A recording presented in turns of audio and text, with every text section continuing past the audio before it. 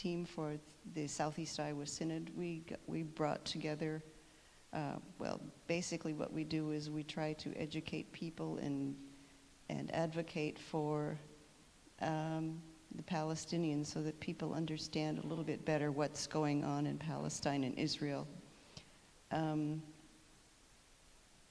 of the things that we have done this year is we are bringing Tent of Nations here to talk to different people around Iowa. And Beth Moore is on the steering committee, and she'll be introducing Daoud Nassau from Tent of Nations.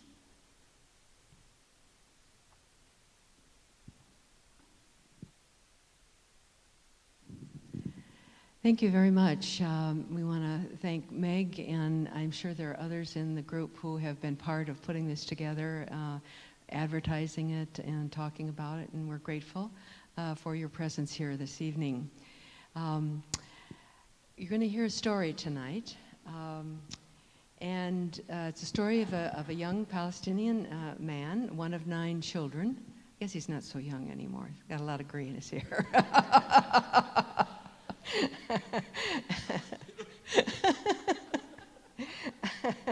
He grew up outside of Bethlehem on his family farm in an area that's now called the West Bank, as it's located on the west bank of the Jordan River. It's the story of a journey of a family who struggled to maintain ownership of their land since 1916 and to work it in ways that are life-giving and sustainable. A story of a Palestinian Christian who faces daily in concrete terms the question of what it means to live as a Christian in this land that is called holy by many religious traditions. The situation faced by the Nassau family, as Daoud will be the first to tell you, is faced by most Palestinians. And the decisions taken by all the peoples of Israel and Palestine about how to live in the midst of the difficulties and challenges that they face are varied.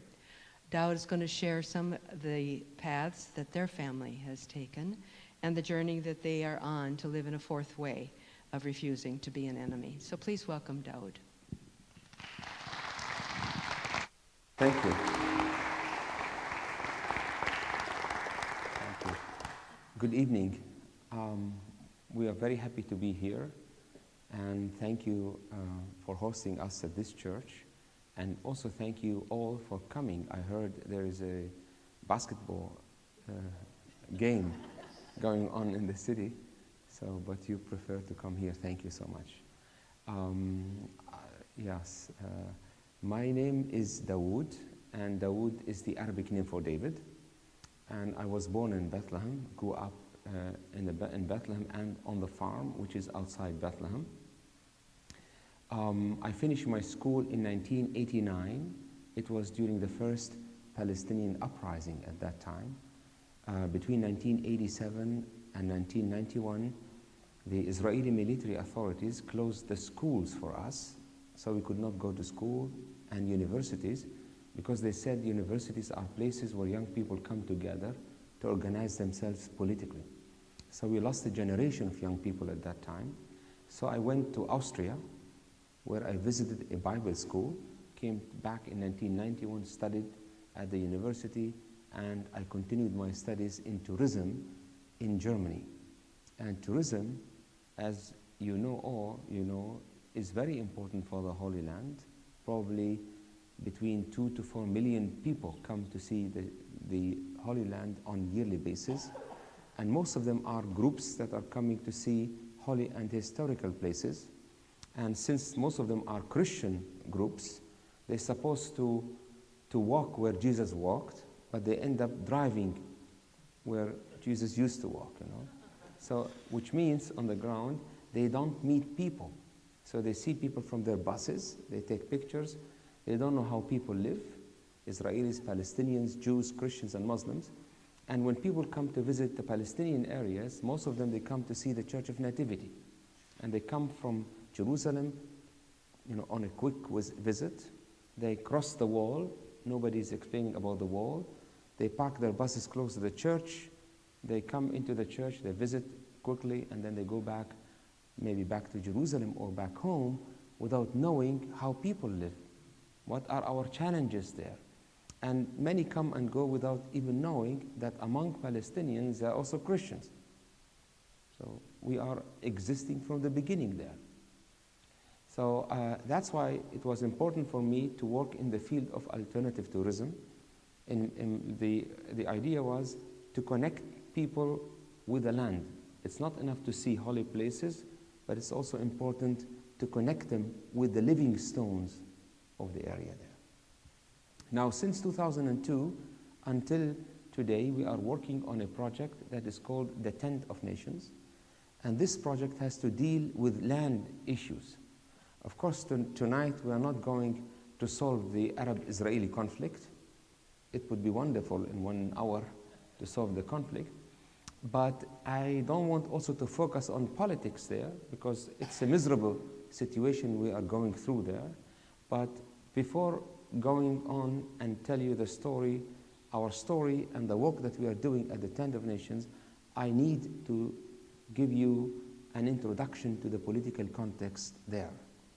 Now, if we go back to biblical history, we know that the land was always occupied by foreign powers. When we talk about the biblical history, we talk about the Assyrians, then the Babylonians, the Persians, the Romans, the Greek, the Crusaders, the Mamluki, the Ottomans, who stayed in Palestine for more than 400 years until 1916. And then from 1917 until 1947, the country was under the British control. And in 1947, of course, the Arab-Jewish conflict already started. The area was under the UN control, and the UN came up with a plan to divide Palestine into 2 states, Arab and Jewish state. This plan did not work for many reasons. 1948, Israel was established in this area, and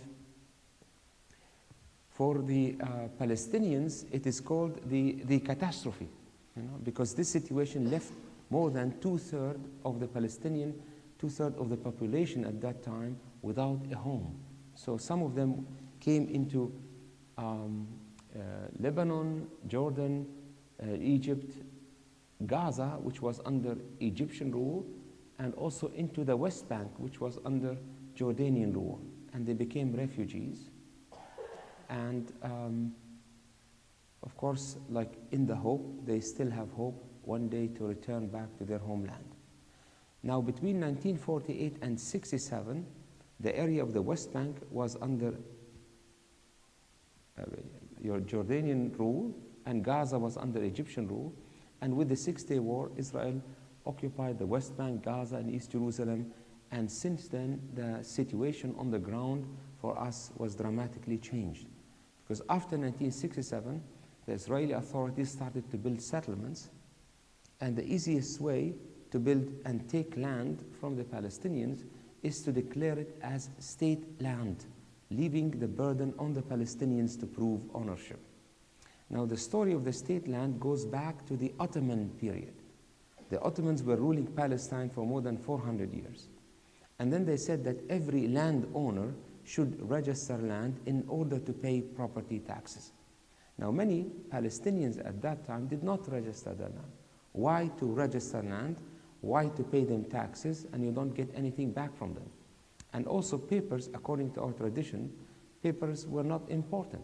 With a handshake, people could buy a mountain. Why do you need a document? Now, the Ottomans, and for the land that was not registered at that time, they said, you are the user of the land, but not the owner. So if you leave your land not cultivated continuously for more than 3 years, it becomes state land. Now, those 2 laws being applied by the Israeli military authorities after 1967. So they started taking aerial photographs, and we're talking now about the West Bank and Gaza. And the easiest way to take land, to declare it as state land. So many Palestinians came and said, this is my land. Then the first question was, where are your papers? So many could not prove their title to the land on a piece of paper. They started saying, yes, but I inherited my land from my parents, from my grandparents. And then they started to apply the second Ottoman law. Yes, but you did not use it for more than 3 years. And what is not used is becoming state land. Of course, those laws are unjust and illegal according to the international law. Now, in the 70s and 80s, things were changed on the ground. In 1991, the peace process started, and the hope for peace was very strong. And with the peace agreements 1994 and 1995, the Palestinian territories were divided into 3 areas, 3 zones. Area A are those yellow areas that are the cities that are under control of the Palestinians. Now, Area B are the villages, those white areas, are the villages that are under civil control of the Palestinians, but military under Israeli control, and the rest of the West Bank is totally under Israeli control, which means on the ground there, we are not in charge of anything. No land, no control of our own resources, and especially water, and we are not controlling our own borders, which will make it difficult, if not impossible, to establish an independent state. Now, this is where we are politically today. Now, our biggest obstacle still is land confiscation and building settlements, and we as a family, as many other Palestinian families, are affected by land confiscation. Now, we own a piece of land located southwest of Bethlehem on a nice hilltop, 3,000 feet above sea level, with a nice view to the west. We could see, from there we can see the Mediterranean on a nice sunset. Now, the land today is surrounded by 5 settlements, and settlements are growing, Israeli settlements that are growing to become big cities. In our area, this is the only hilltop that is without a settlement. So when my grandfather bought the land, which we call it now Daher's Vineyard, my grandfather's name is Daher, he bought the land during the Ottoman period in 1916. And this is my grandfather. And when he bought the land in 1916, he did 2 unusual things. The first thing he did, he registered the land. Unusual. So we got papers from the Ottomans, we got papers from the British later on, from the Jordanians, and even from the Israelis after 1967. We also have papers that we paid taxes in the 30s and 40s. Now, the other unusual thing the family did, they moved from the city, from Bethlehem, and they used to live in a cave on the land. So my grandfather did not decide to build a house on the land. He said, we belong to the ground.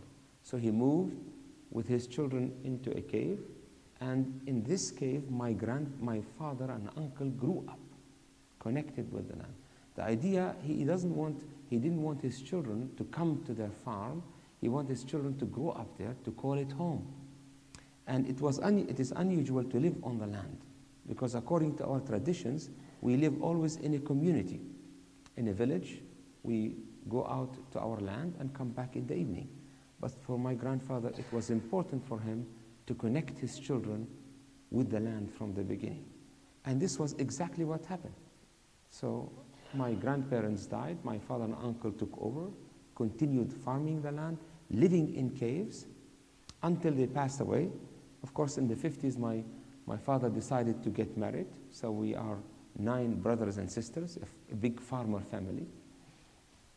But my father, Bishara, died in 1976, and he left my mother with 9 children. The oldest 20 years old, and the youngest 3 years old, Tony, my brother. I was 5 years old when my father died. But of course, my mother did and is doing a lot for us. She is still active on the farm, and we grew up as children also connected with the land. I was not born in a cave or grew up in a cave, but connected with the land. Now, things were changed for us in 1991. We heard the Israeli military authorities declared our farm as state land. And the idea is to confiscate the farm and build here another settlement. Remember, I told you we are surrounded by 5 settlements, which makes it here the only hilltop in our area that is without a settlement. Of course, we did not give up. We said this is unjust. We have the papers. This is a private property. So we went to the military court to prove ownership, because the West Bank is under Israeli military control. We thought going to the court, the judge would see our documents, close the file, and we go home. So it was a shock to see documents, of course, but instead of closing the case as we were hoping for, the case was postponed. And because of our location on the top of the hill and surrounded by settlements, they started to make it difficult for us to prove ownership. So they started putting obstacle after the other. So one thing they said, you have papers, but maybe the documents that you have are not for this specific area. So we had to prove the opposite. Yeah. So we are lucky to have an old land survey that goes back to 1922. So we presented the documents and the location. And then they said, well, it was done by hand. We need a new one with GPS coordinate. Now, making a new one, we had to pay $7,000. And in order for a land survey to be recognized by the court, it should be signed by all neighbors. So we had to collect signatures of all our neighbors who could not read maps, didn't know where exactly the borders are, and some of them also were suspicious. Why you need our signatures? Anyway, we worked day and night. We were given 35 days time to do it. We managed to do it. We presented, and then they said, now we need eyewitnesses. So one obstacle after the other. We spent 12 years in front of the military court. And after 12 years, our lawyer received a paper, a fax, a couple of sentences. The family does not have enough proofs of ownership. So according to them, we lost. But we knew that this was taken for political reasons. We did not give up. We brought this case to the highest court in Israel, the Supreme Court. Palestinian lawyers from the West Bank could not represent us in front of the Supreme Court, so we had to hire a Palestinian lawyer from Jerusalem who is still representing us until today. So today we are in a 28 years in a legal battle with the Israeli authorities between military and Supreme Court. We spent more than $200,000 on legal expenses since 1991. Of course, thanks to all the people who contributed financially for this cause. The positive outcome until today, we are still there, and we did not lose any part of the land, which makes it probably one, if not the only case that is still in court since 1991. Now, parallel to the legal battle, we had difficulties from the Israeli settlers who are living around us in the settlements. Some of them are coming with the ideology, this is the land that God gave to us. So from this specific group, we had difficulties. So they came to the farm, and especially between 1991 and 2002, they cut our trees, they damaged our water tanks, they threatened us with guns, and they tried many times to build roads on our land in order to build a settlement. So they start with a road, they put a container, and they establish a settlement. But we always responded the legal way. And one time after we stopped the settlers from digging a road, they were very angry. They came with big bulldozers to build the road. We stopped them legally after 3 days, and they were very angry, and they destroyed 250 olive trees from our land. Now, an olive tree for us is like a holy tree. It gives us hope, the olive tree. And when you plant a tree, it takes maybe 10 years for the first olives to come. So it was very difficult for us to stand up again. But 3 weeks later, we got an email from a Jewish organization from England called European Jews for Just Peace in Palestine, who heard about our story indirectly, and then they said this action was done not in our name. And they decided to sponsor 250 olive trees, and they came and planted those trees on the farm. So this was for us a sign of hope, that there are people who believe in justice. Not only believe in justice, but also act for justice. Now, the big destruction we had in 2014, and this time from the military authorities, maybe some of you know that we, in the area where we are at the farm, which is called Area C, we always receive demolition orders from the Israeli authorities. And those orders, like this document, we don't receive given to us by hand, official document, or sent to us by mail. We find them on the land, on the property, if you are lucky. So they come and put this paper on a fence, or on a tree, or on a stone. That means it's delivered. And we as Palestinians, we have to find this document and react legally within 45 days' time. Now, because we are always there, family members and international volunteers, we always find documents. So this is not the first document we found. So we found one of our volunteers from Germany. He found this document in the valley, and the claim was the hundreds of fruit trees we planted 18, 19 years ago, they said we planted them on state land. Of course not, we planted them on private property. So we reacted legally, and our appeal was accepted because we went to the military court with documents. But 2 weeks later, and without a court decision, it happened on the 19th of May 2014, 3 big bulldozers came to the farm, and they destroyed the trees, uprooted them, and they dug a hole and buried the trees into the ground. It happened 10 days before the apricot harvest. It was very difficult for us to stand up again. As I said before, in a dry climate, it takes years for a tree to grow and bear fruits. Within a couple of hours, everything was destroyed. The first thing we did, we reacted legally, because this action was done without a court decision, and we have the right to be compensated according to the law. But since June 2014, we heard nothing from the court. But in order not to stay in that circle of frustration, we decided to repair the terraces. We planted new trees. Yeah? Many people came and helped in sponsoring and planting trees. Yeah? Among them was American Jewish group, who stayed there for 1 week, helped in planting trees, were inspired by our story of nonviolent resistance. They inspired us too, by the way. As a sign of solidarity, they came, and then they went back home and established a new organization in the US called the Center for Jewish Nonviolence. So out of a difficult and bad story, something positive was born. So it was like a comfort for us that we are not alone in our struggle for justice. Now, the physical pressure did not work. Yeah? Then they tried another strategy, which was to buy the land from us. And the last offer was an open check. How many millions of US dollars you want for the land?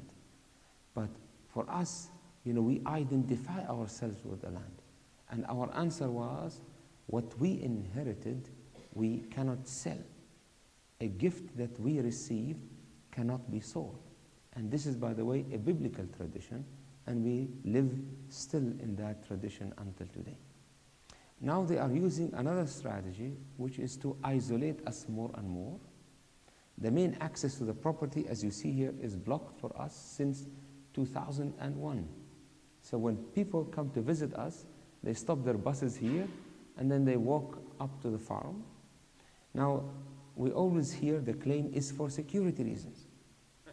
This has nothing to do with security. This is in order to make life more difficult for us. Now, the other obstacle we are facing today is also the building of a new religious school close to our farm. Now, maybe you know that religions in our area are being misused or abused, not only from Jews, from Christians, and from Muslims. So we are afraid that this school might be visited by radical settlers who come with the ideology, this is the land that God gave to us, so they might come and attack us on the farm, and the road will continue to be closed completely and permanently for us. Now, the third obstacle we will be facing very soon is the wall. Now, we have two problems with the wall, because we believe with walls no one can achieve peace. Walls will create more hatred and more enemies. But the other problem with the wall is that the wall is not being built at the border between the West Bank and Israel in order to claim this is for security. No, the wall is going deep into the Palestinian areas. And in many places, as we see on the picture, in many places it is separating Palestinians from Palestinians and Palestinians from their own land. Now, when the wall is completed around Bethlehem, from the south and southwest side, we will be at the tent of the farm will be outside the wall on the Israeli side. This is where we are located here. The farm is located here. This is the Palestinian village that is close to the farm called Nahalin. What we see here as blue and light blue are Israeli settlements in our area. This is the green line, the border between Israel on this side and the West Bank on the other side. And this is where the wall is planned to be built. Some of it is already finished. Now, when it's finished, we will be here in an enclave, disconnected from Israeli territory, but also disconnected from our own community in Bethlehem. And the only access to the area is a tunnel, which this is how it looks, which means when the wall is completed, they might put a gate there. And the 6-7 mile strip from and to Bethlehem, from the farm to Bethlehem, maybe might take 5 hours. And of course, this situation will force many Palestinian farmers to give up and leave. Now, adding to all of those restrictions, we have on the farm no access to running water. We are not allowed to have running water, no electricity, and no building permit. So far, we have 32 demolition orders, not only for structures, but also for tents and trees. So, what to do? This is the story of many, many Palestinians who are in the same or even worse situation. So, what to do when people are pushed to the corner, provoked by violence, have no hope, no future? It's about their existence. What are the options? How can they react to this situation? I always say, wherever people are, they react with 3 options. The first option is also violence. So when people are provoked by violence, they also react with violence. But we said, what can people achieve with violence except more violence? That's why we said this is not our way. Then the second normal reaction is to sit down and cry and say, we are not the only family that is in this situation. So what to do? Let's sit and wait for a miracle to happen, or for a political savior, hero, Superman, superwoman to come from outside to help us. We said this will put us in the victim mentality. Sitting down, crying, blaming won't change our reality. And it is dangerous to become a victim. We said no to the second option. Then we were left with the last option, which is to leave, to run away. So if we don't want to face our challenges with violence, we don't want to accept them as they are, why not to run away from them? It's also an option, run away. And who is running away in our case? The best educated Palestinians, and among them are also the Palestinians and Christians. So if we want to talk about the Christians, we talk about 1.2% from the whole population. So one day the Holy Land will become like a museum. People come from outside to visit dead stones, but where are the living stones that are there? So that's why we said also we are not running away. If we run away, we feel defeated by our own challenges.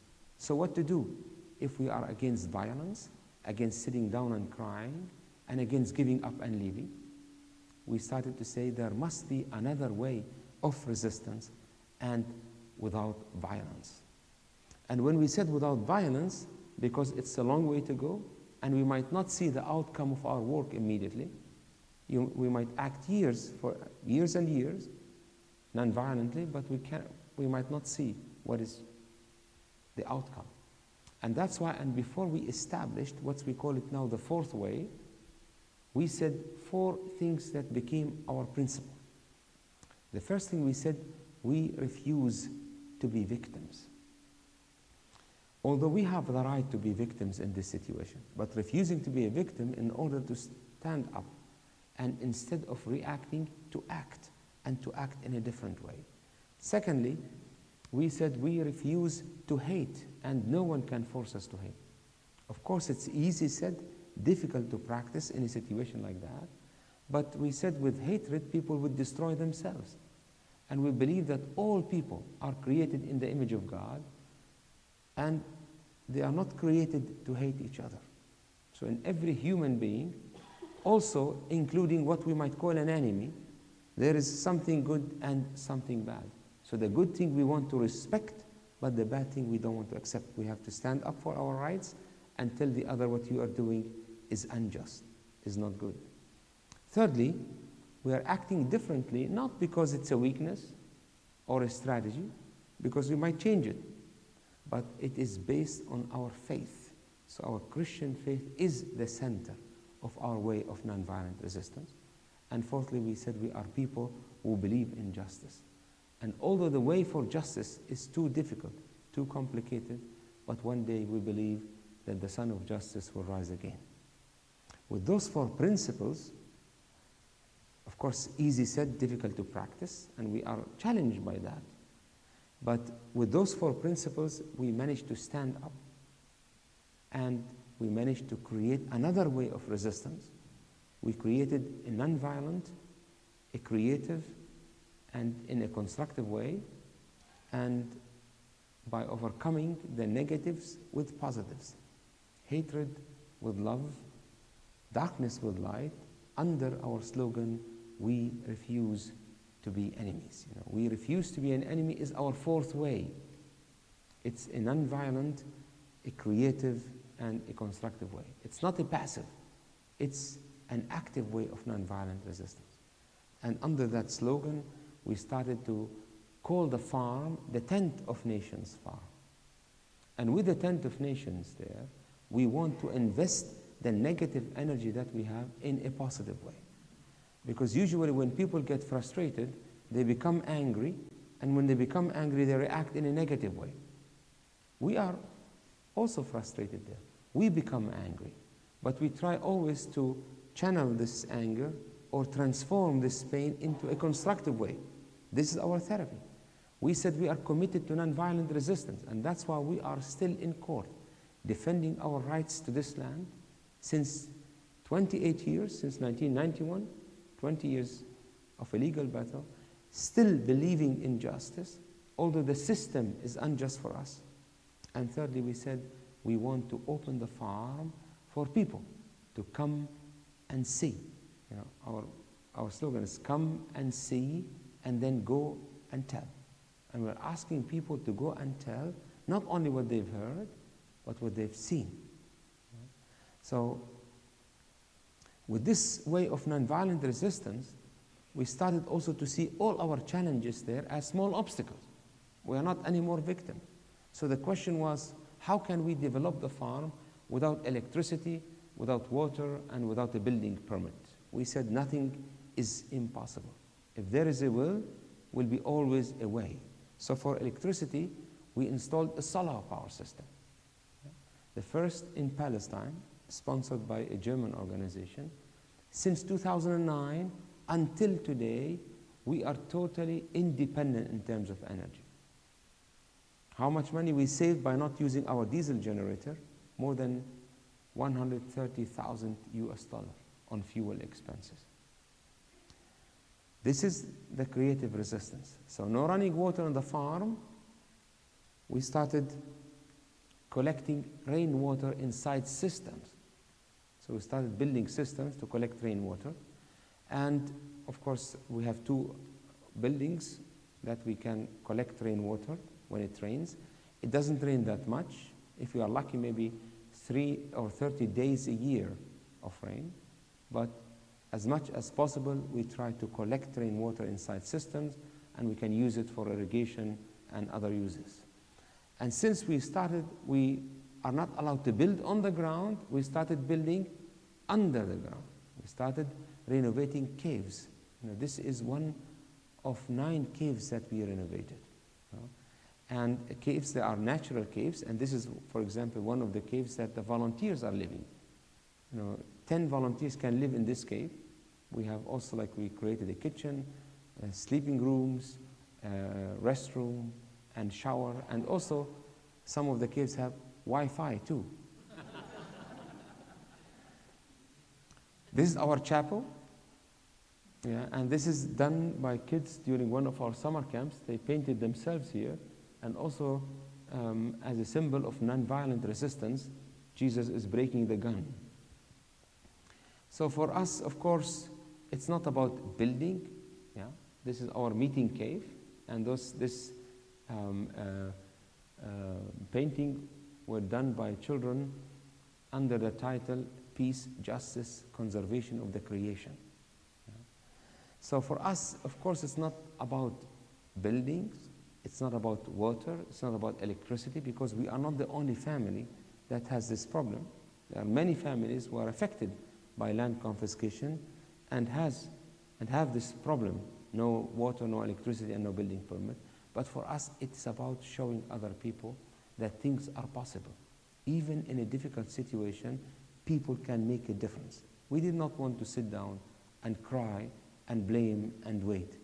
No, we said we want to stand up and become more creative instead of more negative. And that's why I call it here the creative way of nonviolent resistance.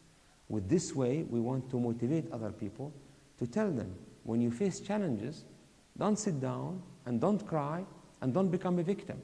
It won't help you. Stand up and act. And when you are acting positively and differently, you motivate yourself, and you will motivate other people through doing what you are doing and not through telling them what they have to do. So this positive message we want to continue and to give to other people. Of course, we became more creative, and we started also thinking on a different scale. For example, we thought about the gray water, or the water, the sewage water, what to do with it. We started filtering this water to be used for irrigation, irrigating the new planted trees, and we built also compost toilets in order to save water. And our plan is one day to produce biogas out of the compost to be used as a cooking gas. And if you have any crazy and creative idea for us, please, anytime, send us an email. By the way, this is how we convert the negatives into positives. I tell you, in a situation like ours, it's easy to get frustrated, and it's easy to give up, because we are confronted by a difficult situation on a daily basis that makes it impossible for us to think positively. But our therapy there is the moment we face a challenge, we don't stay in that circle of frustration, we don't stay in our victimhood, we break the chains and move out and think about a positive project. So all the negative energy that we might have is invested in a constructive way. That's why crazy ideas is very important for us. This is the new compost toilets. We also renovated the area, so we have also places for people to come and stay with us. And we started, after renovating the place, we started thinking we need to bring internationals, locals, people to our farm to send them back home with a message of hope, even in a difficult situation. So we wanted to make the land as a healing place. We don't want to talk about the land only from the negative perspective. No, we make the land a peaceful place.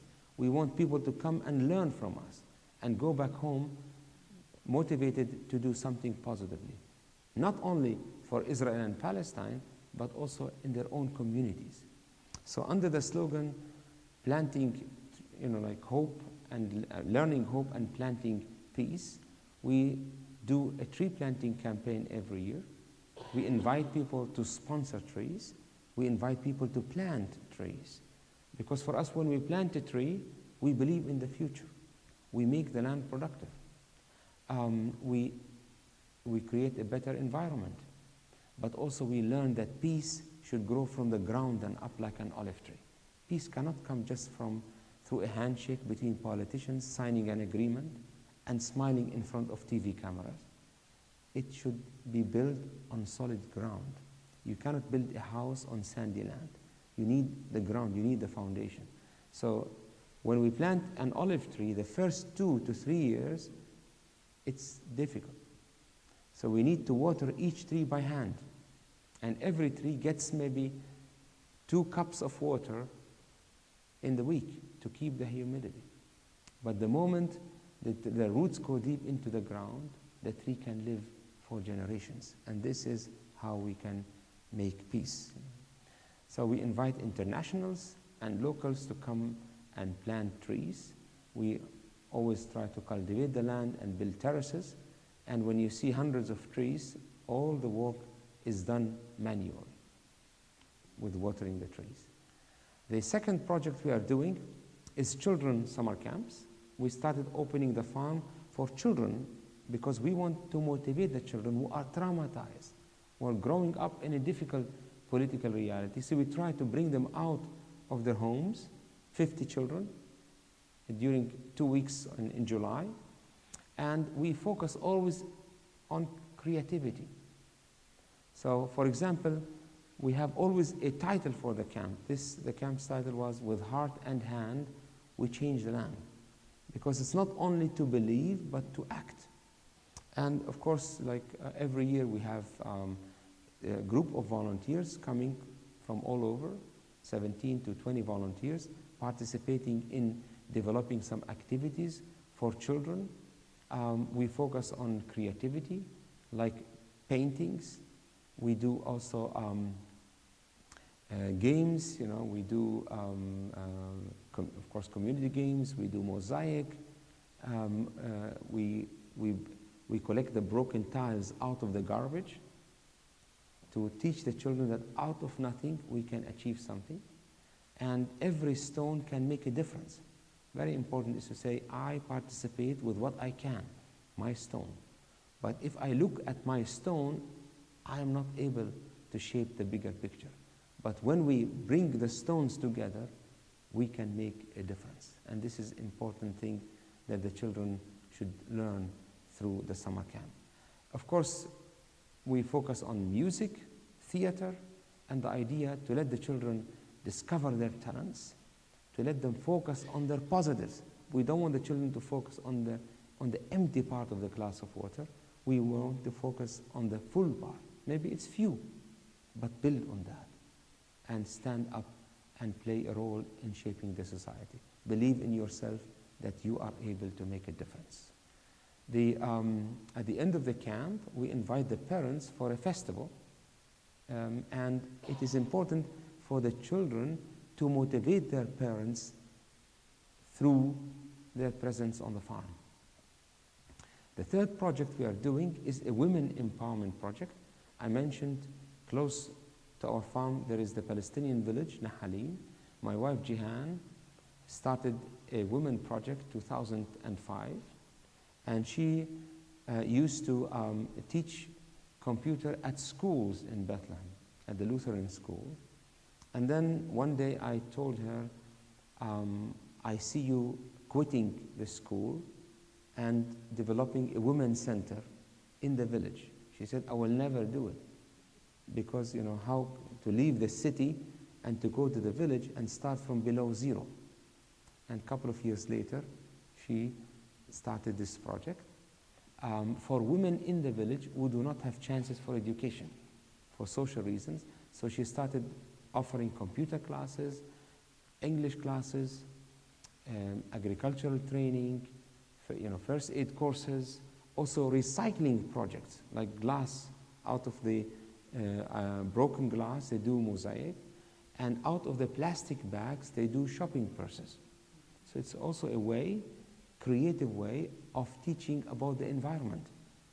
Okay.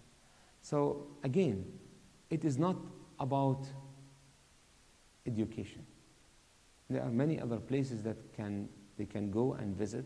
No, it is about empowerment.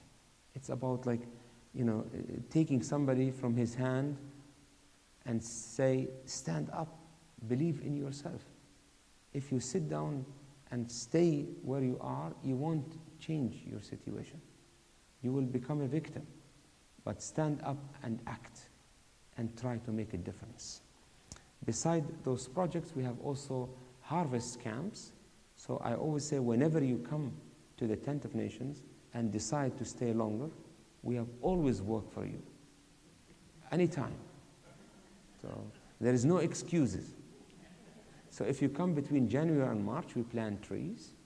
If you come in April, we plant vegetables. In May, we have the wheat harvest. In June, we have the apple and the apricot, and we try to do jam out of the apricot and the apple. In July, we have the almond harvest, so we try also to dry the almond. In August, we have the grape harvest. So we try from the, of course, for eating, for selling on the market, but because we don't have enough market for our produce, we started making wine or grape syrup in order to store it and try to sell it to our guest groups who come and visit the farm.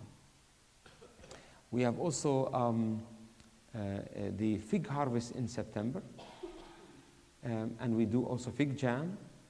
And end of October, of course, we have the olive harvest.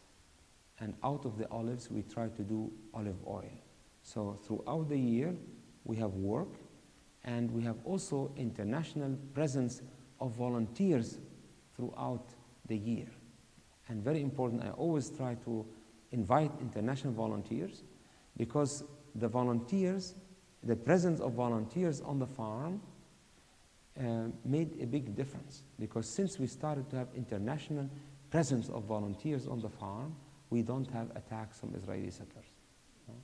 We started also with honey, and we made some honey, and the idea to develop projects in order to become self-sufficient on the farm, and especially when we get disconnected from Bethlehem area through the war.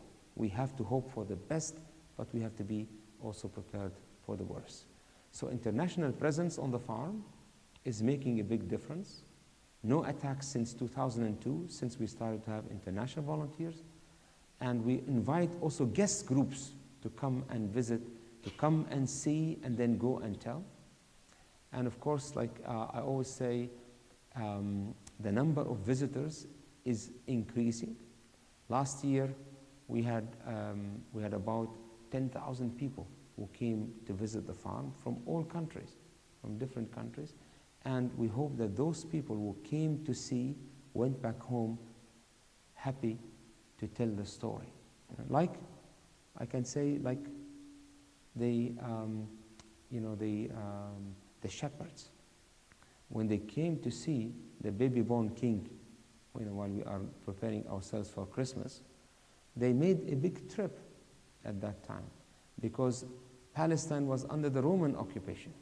Roman soldiers were everywhere, and maybe there was a curfew, there was roadblocks, soldiers everywhere, but they came and made this trip.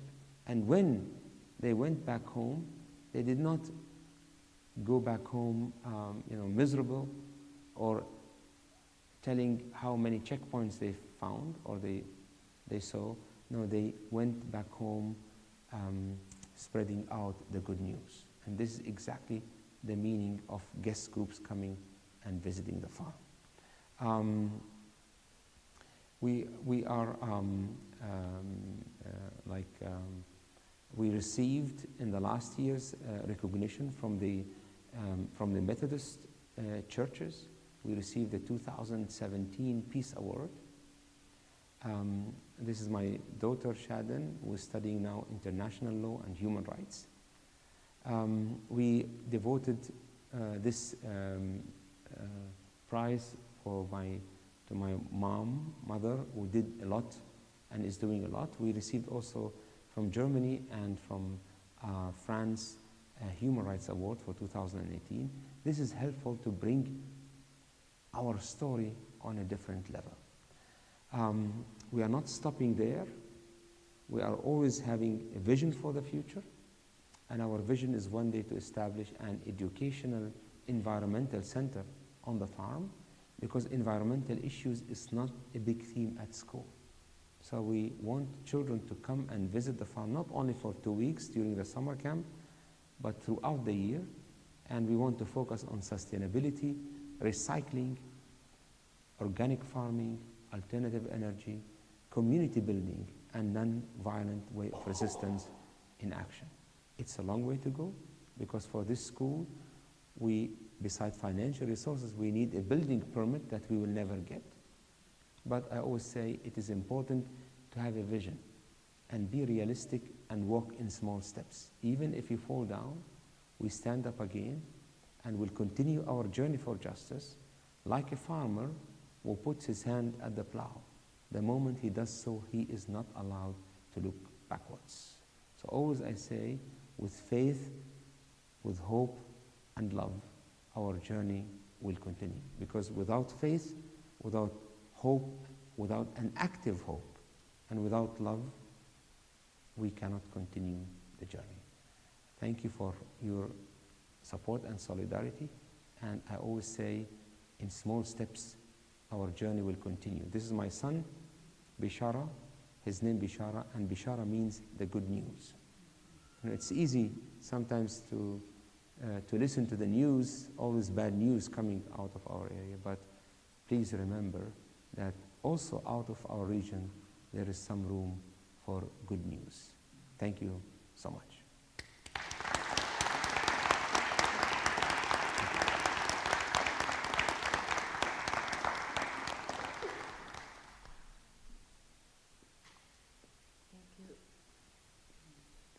Thank you, Daoud. We want to take some time for questions in just a minute. Before we do that, I'd like to just say a couple of words about Friends of Tent of Nations, North America. That's FOTANA. You may hear it pronounced at some point. In 2007, a Quaker, a Presbyterian, and a Jew made a visit to the farm. And afterwards, they said, this is a message that we want to help spread. This is a story that we want to see told. And they came back to the U.S. And founded Friends of Tent of Nations North America. And one of the major things that we do as a group is prepare for and host the 2 tours a year with Daoud coming to the United States. We've been in 25 states so far, in some 500 venues, churches, schools, universities, local peace organizations, synagogues, mosques. Wherever people say, will you come, we try to do that. And so it's been a wonderful journey to be part of. I've not been involved since 2007, only since 2013. But it's good fun, it's hard work, and something. It's a mosaic stone that I want to contribute, and others of us in the steering committee also. In addition to the tours, we have kind of an emergency response plan. So out in back at the reception, If you'd like to be on our email list, you could sign your name and email. And if there were an emergency like the 2014 emergency, when the trees were destroyed, we'd contact you and ask you to maybe make a phone call or contact a political representative, mainly saying, this is what's happening, we want you to know about this, and expressing your opinion about it. And we know that in 2014 it worked in the sense of not saving the trees, because the response happened after the trees, but it was clear that the Israeli embassy and consulates and so on knew that people knew and were watching and expressing their opposition and their concern. We do have websites, both organizations. Tent of Nations is simply tentofnations.org, and Friends of Tent of Nations, or fotana.org. Both of those you can simply Google, and you'll get more information about both organizations. If you're interested in considering volunteering, or you know someone who might, please do go to Tent of Nations, and there's a whole section on volunteering and how you can sign up and the kinds of activities that you might be able to be engaged in. We have a few books out and back that are great tools for sharing the story, and also a cookbook that's put together by the women in the village of Nahalin. And we sell those for just at cost. So those will be out in the reception area as well. So let's take some time for questions. And I'm going to bring the mic around because we want everybody to hear your question. Daoud, why don't you come? Hello, my name is Daniel. Thank you so much for coming and for your speech. I think it was very powerful and I learned a lot. I just have a question in the context of what's happening right now. The tension between and the violence between Israel and Gaza. Right, like 34 people have been killed in the past few days, including 6 children in the Gaza Strip. And I guess I'm just wondering, within your theory of nonviolent resistance, is there room for righteous indignation, right? For people to express that, right? And not in a way that cancels people out, or not in a way that is necessarily antagonistic, but more in a way that expresses the urgency, right, of the situation that we're in. Yeah, of course, like in the last couple of days, we had this problem now in Gaza because like the Israeli authorities, they assassinated people from the from the political parties in Gaza, and of course the response came with shooting like rockets on Israeli territory. And of course, like the outcome of that is, I think about 25 to 30 people were killed and injured. I always say, with the situation on the ground, with this violence, people are paying the cost of that. It's about, let us say, an action and reaction, and we always blame each other. Of course, the Gaza Strip is actually the biggest prison in the world. There are about 2 million Palestinians living on a very concentrated area, and it's locked from all sides. So there is no hope. There, most of the population are young people. They have no work. They cannot travel. All roads are blocked for them, and it is a very difficult political reality in Gaza Strip. And of course, when something happens, the people will respond the way where they were affected, and violence with retaliation. And that's why we always say, with violence, no one can achieve anything. That's why I believe as Palestinians, we need to break those chains and move out and start acting differently in a non-violent way.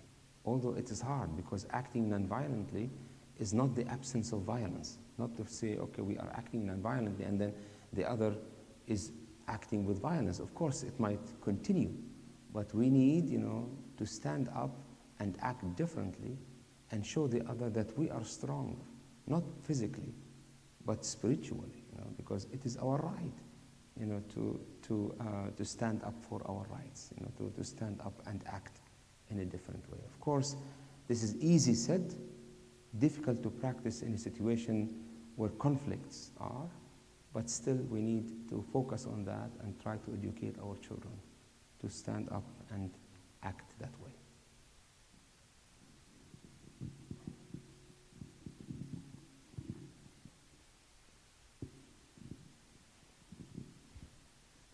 I have a simpler question. How big is this farm? Do you know, like, acres, like U.S. people would understand, or? Yeah, so we have 100 acres farm, 100 acre. Of course, the land You do all that on 100 acres? Yes. The thing is, the land is not flat like here. The land is rocky, and not all areas we can plant. There are rocky areas that we cannot plant anything there. So that's why, for example, we always try to plant trees that are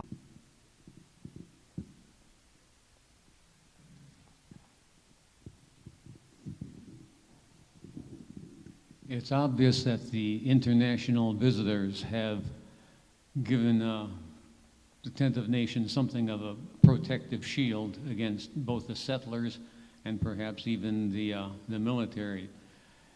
Do you have any contiguous Arab neighbors so that this activity